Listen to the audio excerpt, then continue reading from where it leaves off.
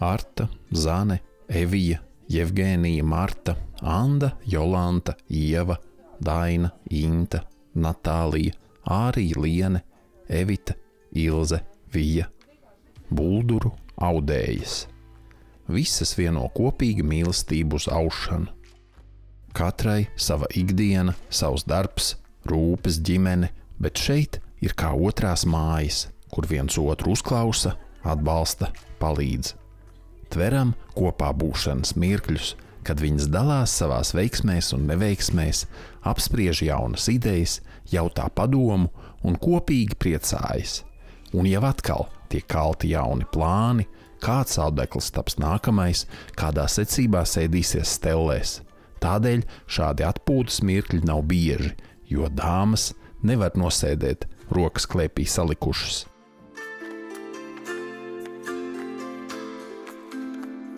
Aušanas studija Bulduru Audējas pie Jūrmalas muzeja filiālē Bulduru izstāžu nams darbojas kopš 2024. gada, kad tā svinēja savu 60 gadu jubileju.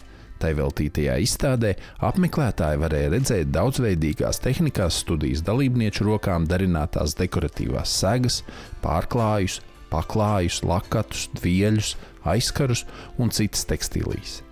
Tā bija tikai niecīga daļa no visa, ko studijas meistaru prasmīgās rokas darinājuši šais 60 gados.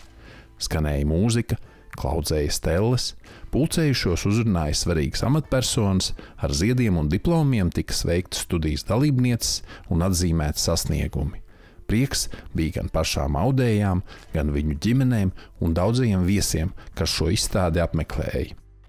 Ilgajos studijas pastāvēšanas gados Audēju darbi eksponēti neskaitāmās izstādēs, gan tepat Latvijā, gan tālu ārpus tās robežām. Jūrmalas muzeja krājumā glabājas vairāk nekā 20 aušanas studijas dalībnieču darbi. Tomēr svarīgs šeit jau nav skaits, bet tā rūpība, pacietība un iztēle, kas iejausta katrā no šiem mākslas darbiem.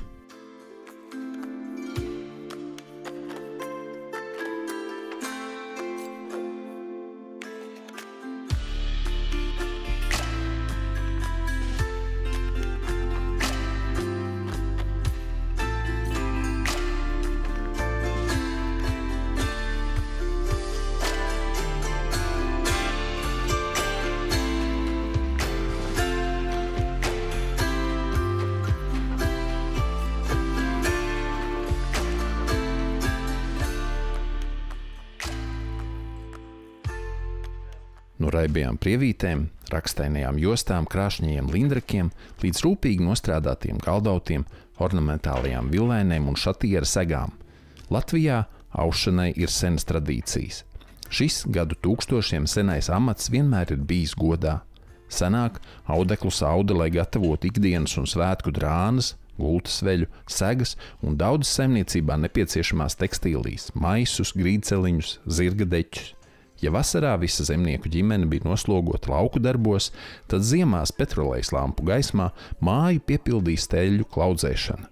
Zināšanas tika nodotas no paaudzes paaudzē, māte vai vecāmāte jau no agrām dienām sēdinājušas meitas vai mazmeitas pie stellēm. Gandrīz katrā otrajā viensētā savulaik esot bijušas stelles, it īpaši Latgales pusē. Atceras studijas senākā dalībniece Marta Ence. Mājās bija stelles. Toreiz auda apģērbiem visu, tagad jau lielāko daļu mākslas darbus darina. Bet toreiz vadmalu vajadzēja noaust priekš uzvalkiem, no visām virsdrēbēm un tā tālāk. Un arī apakšveļa, visu vīriešu veļa bija lini. Linu audumi, palagi, linu, spilvendrāns, visu gultas veļa bija no liniem, no pašaudzētiem liniem pie tam. Es piemēram, pat tagad varu teikt bez lielīšanās, ka es linu audzēšanas un pārstrādes tehnoloģiju varu izstāstīt. Aitiņas galvenokārt vilnai, jā.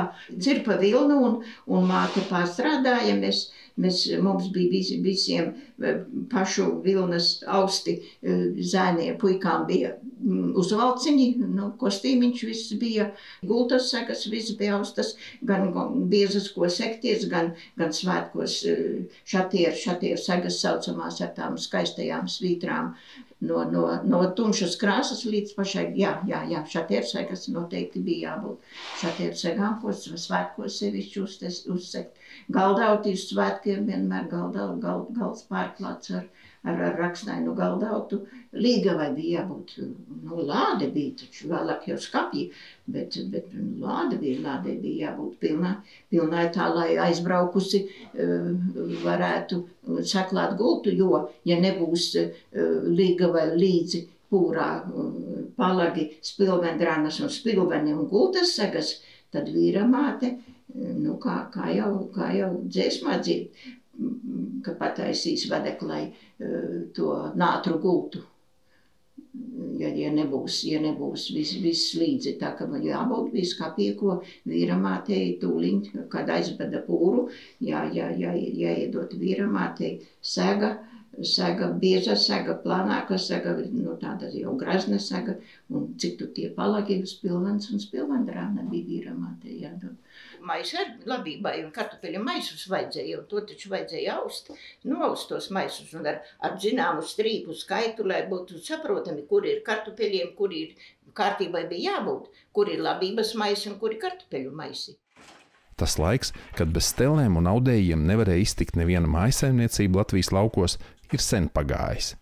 Jau kopš industriālās revolūcijas laikiem audumus izgatavo rūpnieciskos apjomos, un šis ārods pamazām pārtop par brīvā laika pavadīšanu un iespēju realizēt savu māksliniecisko iztēli.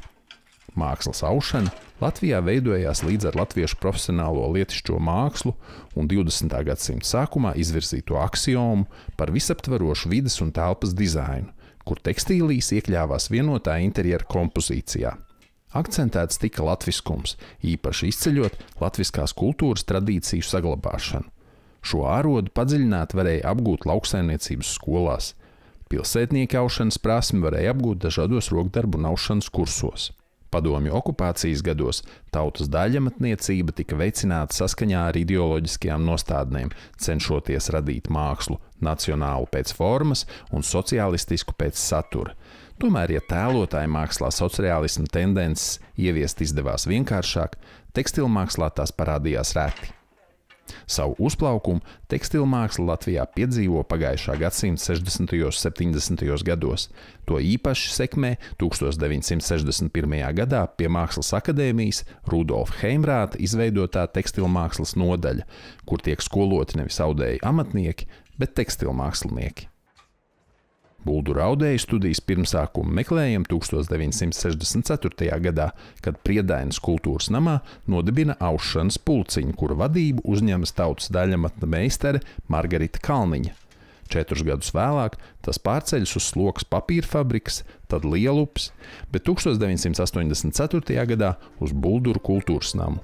Tur pulciņu vadība nokļūst Ernas Liniņas rokās. Bulduros dārzkopības skolā agroķīmijas skolotāja Erna Liniņa, kura bija savukārt beigusi pirms kara 2-gadīgo lauksaimniecības skolu. Viņa bija ļoti stingra, dresēja mūs uz nebēdu, un paldies viņai, un lai viņa mūžīga gaisma par to, ko viņa mums tepat šī blakus telpā stelēs iedresēja. No viņas mazliet visi baidījās, jo viņa bija tāda ļoti stingra, un ja viņa teica, ka jānolauž līdz piekdienai, tad tas ir tā, kad ir jānolauž līdz piekdienai, neatkarīgi no tā, vai ir laiks vai nav, plāno savu laiku attiecīgi. Tā kā visiem bija jāstrādā, padomu laikos neviens nedrīkstēja nestrādāt, visiem bija jāstrādā, tad loģiski, kad uz aušanu nāca vakaros. Vienu gadu mums bija 28 audējas. Un cik steļu? 6 stelles, bet vienai daļai bija mājās stelles. Tad tām, kam bija mājās, kādām, man liekas, ka kādām 6 vai 8. Jāsaka, tā ir tā dzīvē. Jūrmalā bija apmetušās uz dzīvi latvietes, audējas no Latgales, kuras bija izsūtītas un kuras atpakaļ mājās nelaida savā laikā. Un Latgalē aušana bija ļoti, gandrīz katrās mājās stelles bija, gandrīz katrās. Jo dzīve prasīja, lai varētu izaust to, kas mugurā jāvelk un citādi. Un lielai daļai bija mājās stelles, bet nu jā, rindā, gaidīja rindā, kamēr pienāks tava rinda stellēs tikt, un tu varēsi aust, un bija noteikts, teiksim, vieliem bija nedēļas laikā bija jānovauž, lai nekavētu pārējiem nogaldautam. Tā no pusmēneša līdz mēnesim, Verna visu bija saprecizējusi un saskaitļojusi, un tā mēs te ņēmāmies. Ērnas Liniņas vadībā studijā noris aktīvs jauno audēju apmācību darbs. Nodarbības bija otrdienās un ceturtdienās, un otrdienās bija praktiskās lietas. Jaunās audējas šajā telpā nāca mācīties, te bija tāds garš galds ar tāpeli. Nāca mācīties šo teoriju, un tā tad visādas rakstu atvasinājumus un visādas tādas smalkas lietas, ko grāmatās raksta. Stundu bija tā teorija, pēc tam bija kaut kādas aušanas praktiskās lietas, un ceturtdienās bija krāsu mācība, un arī stundu tā krāsu mācība, un pēc tam bija praktiskās nodarbības. Krāsu mācība bija, protams, bija teorija, un tad bija arī dažādi praktiski uzdevumi, kur, pieņemsim, no viena auga iedod tādu puķi kaut kādu, salmeni sausu vai kaut ko tādu, puķīt, un tās ir jāuzzīmē šatieres atrisinājums, tātad tev ir jāspēj saskatīt tajā augā vismaz 7 toņi. Aušanas prasmju apguvē nepietiek vien ar grāmatās izlasīto. Pieredze nāk ar laiku, un daudzi knifiņi ir zinām vien tiem, kas empīriskā ceļā tehniku slīpējuši gadu gadiem. Tādēļ ļoti svarīgi ir apmācība pieredzējušu meistara vadībā, kas amata zināšanas nodot līdzīgi kā savulaik tas tika darīts no paaudzes paaudzē audēju ģimenēs. Vai aust ir viegli? Aust ir, es teiktu, radoši, bet nav viegli. Tas tomēr prasa koncentrēšanos, tādu savā veidā arī meditāciju. Un ir raksti, ar kuru laikā tu nemaz nevar parunāties ar savām audējām, jo tev ir jāskaita līdzi raksts. Es domāju, par audēju nevar uzreiz kļūt. Tas tāds tests uz pacietību, uz lielu pacietību, mēģināt un darīt. Un es domāju, ka vairākus gadus vajag, lai varētu iemācīties aust un just tās stelles. Un ne tikai stelles, bet arī tos diegus un materiāls, ar ko tu strādā. Sākumā ir tāda kaudze ar dzijām vai diegiem vai tādām spolītēm tikai spēt ieraudzīt rakstu, ko tu gribi, vai to iznākumu. Un faktiski ļauties radošumam, jo nevienmēr, ko tu izdomās, sanāks. Tas ir veids, kā tu vari pārslēgt tā kā racionālas lietas uz tādām neracionālām. Tu radi kaut ko neatkārtojumu, un tas nav robots. Tas esi tu pats, un aužot varētu domas mainīties un arī iznākums mainīties. Tā. Tagad prātīgi. Tad jāatrod kaut kāda mana metode, kas man dara. Jā, vajag lietas kaut kādu vai kaut ko, jo šitas ir tā kā par šauru. Mums jau ir tā, ka mēs jau kādreiz arī sākam un nezinām, kā vajag. Bet tāpēc mums ir Arta. Viņa mums palīdz, viņa mums ierāda un palīdz labot kļūdas un tā. Tā kā viņa mums ir tā, kas te mums viss, kā saka, visu to palīdzību dod. Tas mums tā ļoti atvieglo. Kopš 2008. gada bulduru audējas vada Arta Maldere. Viegli tas nav. Izaicinājumu ir daudz. Arta, kā tas ir, tas šerpās audējas vadīt? Kā to vispār var izdarīt? Kaut kā jau sanāk. Viņš ir tādas šerpas un nevadāmas, un katra pie savām stelēm. Kā to var vadīt vispār? Atbildēt. Varbūt tāpēc, ka es pat esmu tāda. Es tikko gribēju teikt, tas jau tā nenotiek. Ja tas nav tā, kad... Tas jau nav tā, ka tur... Nē, kā? Nu, ir loģiski, ka jaunais atnāk, viņam varbūt ir cilvēks, kurš nav pieredzis un ka viņam ir tā grūtāk, bet man šķiet, ka tā ir komunīte, jā, tā pilna, viss ir komunikācijā. Es nezinu. Nu, man kaut kā laikam šobrīd sanāk, nu, kā saka, esmu vēl tāpat vadītāja. Tad kaut kas jau sanāk. Protams, ka sanāk. Un sanāk tāpēc, ka ne jau katrs var būt audējs, jā. Tieši tāpatās, kā ne katrs var dziedāt korī, tas tad ir vēlme, tā ir milzīga lieta, jā. Bet ne katrs var līdz galam to izdarīt. Jā, jo katrs ir audējs. Tieši tā. To arī šeit ļoti labi var redzēt.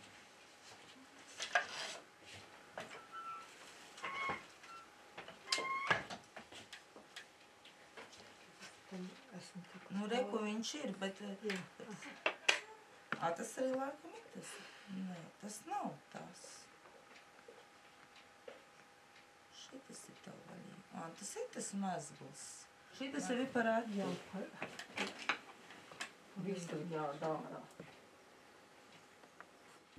Kādam tad ir jābūt audējam? Nosvērtam, pacietīgam, uzmanīgam, precīzam un ar iztēli. Jāmāk atzīt un labot kļūdas. Kura ir audējam svarīgākā īpašība? Pacietība. Es arī teiktu pacietību, bet es teiktu kā kuram, jo ir jāmāk arī mācīties, lai kā saka, nevar ne katru reizi kāds ir klāt, kas var palīdzēt. Tev pašam ir jāizgudro, kur tā kļūda ir, kāpēc tā lieta neiet. Atceros, ka pirmo dvielīti ļaudu vienās no tām stellēm tur, ka es biju ielēdusi kļūdu un jau kādus 50 centimetrus noaudusi tālāk. Un audeklis bija tāds, ka bija baltā diegu pamatā jāauž linu diegs, lai rakstiņu veidotu. Un 50 centimetri bija noausti, kad es pati pat nepamanīju, atnāca vadītāja Arna un teica, Marta, paskaties, kur tev ir kļūda. Bija tāda kā rozīte, un vienu motīviņu biju izlaidusi un iesākusi nākošu. Nepabeigts, vārdu sakot, raksts. Nepabeigts. Bet, audeklis kopā turējās? Jā, audeklis turējās kopā, viss bija kārtībā. Es saku, Erna, lai ir, ka viņa teica, ak tā, lai ir, un tu visu mūžu skatīsies uz to kļūdu.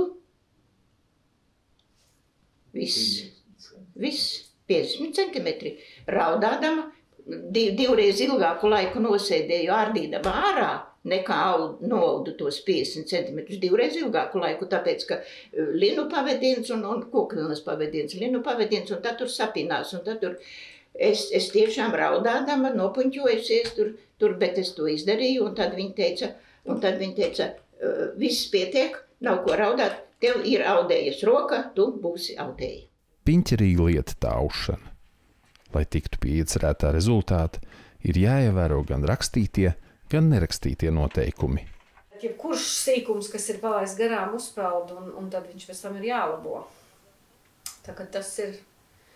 Stelles ir tā lieta un aušana ir tā lieta būtībā, kur, ja tu apsēdies pie viņām, tad tu esi tikai un vienīgi tur tajā lietā un nekur citur. Stellēm noteikti ir raksturs, jo tu pie viņām nevari pienākt, ka tu esi kaut kur citur, vai tev ir kaut kādas domas galvā, vai doma, ka tu paaudīsi, bet tikmēr padomās vēl 3-5 citas lietas, tas tā nestrādā. Uzreiz ir kļūdas, uzreiz tevi apstādina. Un pat pēc manas pieredzes pie lupatu deķa ir bijis tā, ka tu vienkārši apsēdies un tu tālāk pa 3 rindiņām netiec uz priekšu. Vienkārši nav tava diena, tad labāk ir piecelties un aiziet projām. Es jau te kādreiz, kad mums nāca arī no skolām bērni teicu, ka stelles ne tikai plaudz, stelles arī runā un māca. Kā ar viņām apieties. Un, tā ir, manā uztverē aušana ir visharmoniskākais darbs. Tu gribot, negribot, aužot atbrīvo prātu. Atbrīvo prātu no savas ikdienas. Vai arī tas tev tā ikdiena tur maļās, ja, pa to galvu. Viņa tev sakārto varbūt to, kas tev tur maļās, ir kaut kāda lieta, neatrisināt, kas sakārtojas kaut kādā citādākā formātā. No otras puses, ja tu esi satraukts un neapmierināts un dusmīgs, labāk Stēles nepieņem. Jā, viņas stēles nepieņem. Trūkst pavadieni, Noliek pie vietas īstenībā. Jā, noliek pie vietas, jā. Vai nu tu sakārtojies un audi, jā, vai nu tad nāc citreiz. Tā ir. Jā, tas ir izmēģināts, tas tā darbojas. Pēc Artas teiktā ar stēlēm jāprot sarunāt. Protams, ka jāparunājas, ir jāliek iekšā diegi tikai pareizajās dienās. Savādāk nekas neaudīsies. To nevar, ja iesāk likt diegus, tad nevar taisīt pauzi. Tas ir tāds process, kur ļoti jāpiedomā, tas nav tā vienkārši. Jānāk ar labu garastāvokli. Ja teiksim, ir slikts garastāvoklis, tad neiznāks arī tas darbiņš. Jābūt pozitīvi noskaņotām, ar prieku jānāk.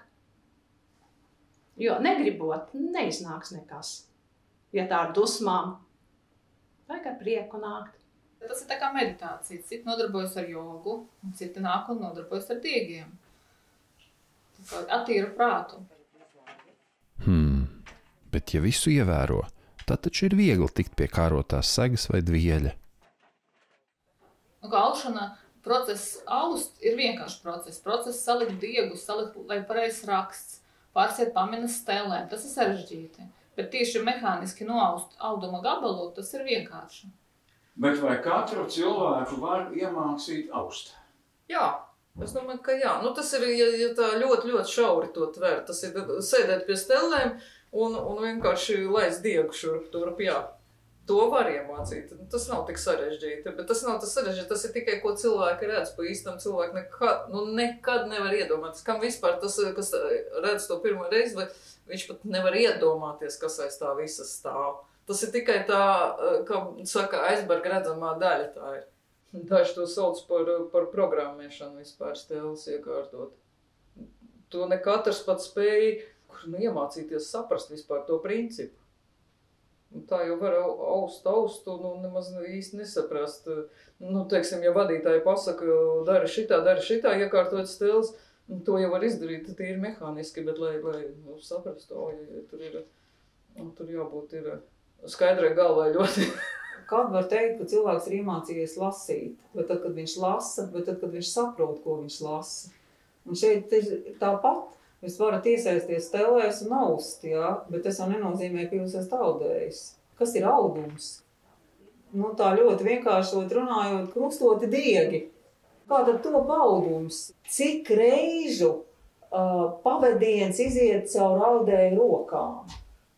Vismaz 10 par vienu pavadienu runājot. Sākums, protams, ir tas, ka ir ideja, vīzija, ko es gribu aust, kādas krāsas, kādas tehnikas, un tad, kad mēs nonākam līdz tam brīdim, kad sāk tā uzmesta tā bize vai uzmesta tie velki, uzmesta aste, un tad ievilkt stelēs, tad sanītīts, sašķietots, piesiets, un tad beidzot tausts, un tad audums ir gatavs, un tālāk atkal audums tiek apstrādāts, kamēr tas mākšos darbs, ja audums ir gatavs.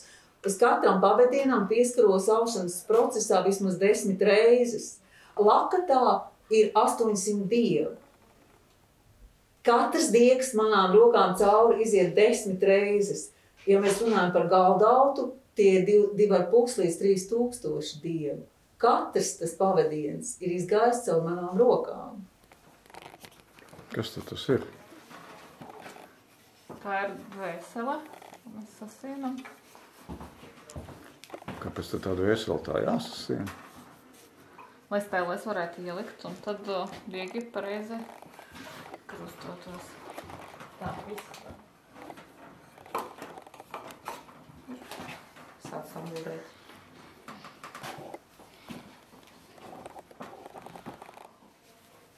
Un tad asta kļūst par bizi.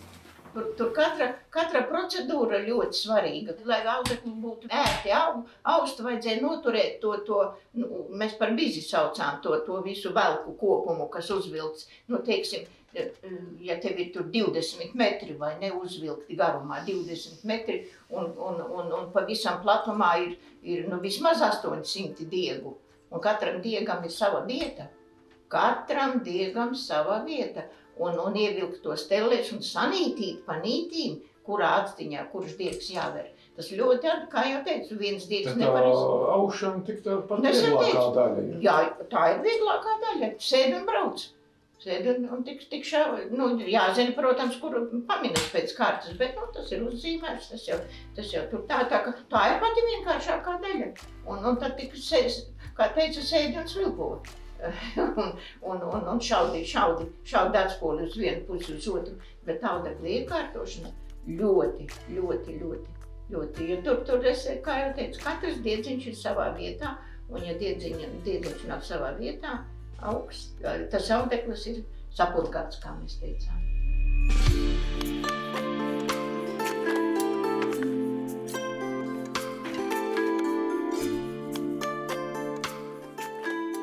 Ja viss ir tik sarežģīti un grūti, un mūsdienās, kad Ķīnas manufaktūrās var uztaisīt jebko, kādēļ cilvēkam vajag aust? Man svarīgi ir radīt kaut ko sev tieši personīgi par izstādēm.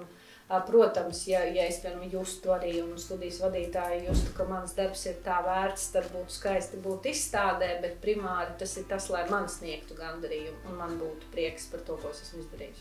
Mēs kaut kā uzraužam, kas mums pašam patīk, un pēc tam ar prieku dāvinam draugiem, radiem. Var radoši izpausties, var uzaust to, kas nav citam. Ne visu var nopirkt. Tas ir vienveidīgs, ko var nopirkt veikalā. Bet ar kaut ko oriģināli var izcelties pats. To, ko mēs darām, tad tas parasti ir vienā eksemplārā. Nu, tas ir tāds viens darbs, jā. Tas nav tas, kas, teiksim, tu aizēji veiklā un skaties tur 5 baķi, viens un tas pats ir, jā. Bet tas, ko es esmu izdarījis, tas ir vienā eksemplārā un tas ir tas, tur ir tā vērtība. Tomēr cenšamies tā, ka, lai arī, ja tas ir personīgai vajadzībai kaut kādam tiešām uz gultas liekams deķis, tomēr, lai viņš būtu tāds, kas ir izstādāms arī izstādē, nu, tomēr cenšās tā. Mums princips ir tāds, ka mums arī jāpiedalās izstādē, un tagad arī, kas nav aizdāvināts prom, to esam atkal iedevuši priekš izstādes, bet, nu, paši jau nevar patērēt to visu, ko saužu. Mums bija tāda izstāde, kur bija katrai audējai, nu, parasti visi izstādes rīkot tā, kad saliek tos darbus, nu, kaut kā pēc darbiem vienkārši, kā viņi izskatās labāk kompozicionāli. Bet mums bija tāda izstāde, kur salika tikai katras vienas audējas darbus, salika tā kā tādā, nu, kompozīcijā. Atsevišķi katrai bija. Un tad ir ļoti redzams bija raksturs katrai. Nu, pilnīgi uzskatāmi redzams, kā katra auž. Pie tam studijā ir tā, kad ievelk to asti, nu, tie ir velki, principā tā asti, tas ir tie velki. Un tad, cik tas grūts darbs, ir ievelk ļoti daudz. Un tad ir tā, ka, nu, katrs auž savu gabalu pēc tā paša mustura. Un vienalga, var redzēt, kurš ir ko audzis. Nu, kaut kāds tur ir tas rokraksts. Es nezinu, kaut kas netverams, varbūt jā, tā varētu teikt, kad ir kaut kas netverams tajā visā. Kā personisks. Nu, varbūt nu, tāda cēla doma glabāt to, ko senči ir pratuši, nu, nes tālāk, vai ne? Nodot nākamajām paudzēm. Varbūt tāda misija ir arī. Visticamāk, kopš cilvēks sev atminas, aušana ir bijusi, droši vien sākotnēji vienkāršāk un tad ir sarežģītāk, un mūsdienās tas jau ir tāds gudrs un robotizēts pasākums. Bet sākotnēji tas bija tikai vienīgi cilvēku roku darbs, kas joprojām ir roku darbs, jo mēs, kā audējas, aužam joprojām ar rokām.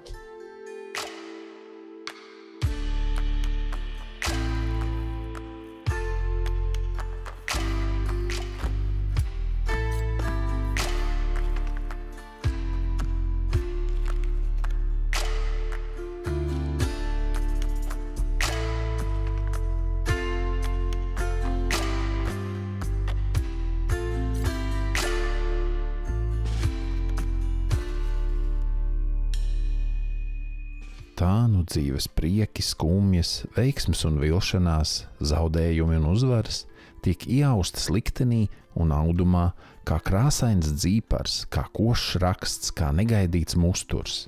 Stelles, kā mūzikas instruments, palīdz radīt to netveramo noskaņu, kas katrā audējā atbalsojas radot gan vienkāršus, gan sarežģītus darbus. No sirds siltuma, ar roku pieskārienu, tiek atdzīvinātas un godā turētas senās prasmes un tradīcijas. Un šeit, šajā šaurajā telpā, kur vakardiena satiekas ar rītdienu, ikdienišķais ar unikālo, pacietība un talants auž šo audumu. Mums pašiem, bērniem un bērnu bērniem. Cik stēles klaudz, cik audums aužas, tik mēs paši dzīvi šai ceļā no pagātnes uz nākotni.